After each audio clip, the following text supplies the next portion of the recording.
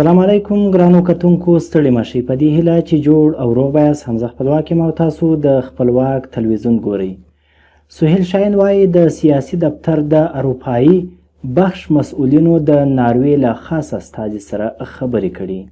د طالبانو د قطر دفتر ویان سهیل شاهین په خپل ټویټر اکاونټ لیکلي چې د دوی د سیاسي دفتر استازو د ویډیو کانفرنس له لارې د ناروې هیواد له خاص استازي پرالبرټ الساس سره خبرې وکړي. سهیل شاهین ویلي په دغه ویډیویي کانفرنس کې دواړو لوریو د هیواد په روان وضعیت او د دوحې د تړون د تطبیق په هکله خبرې وکړي.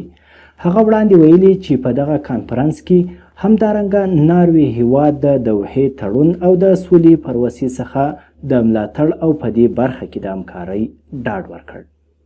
طالبانو داسې مهال د ناروې هیواد له خاص استازي سره خبرې کړي چې تمه کیږي په دغو څو ورځو کې بین الافغاني مذاکرات پیل شي او لومړۍ ناسته به د قطر مرکز دوحه کې ترسره کیږي.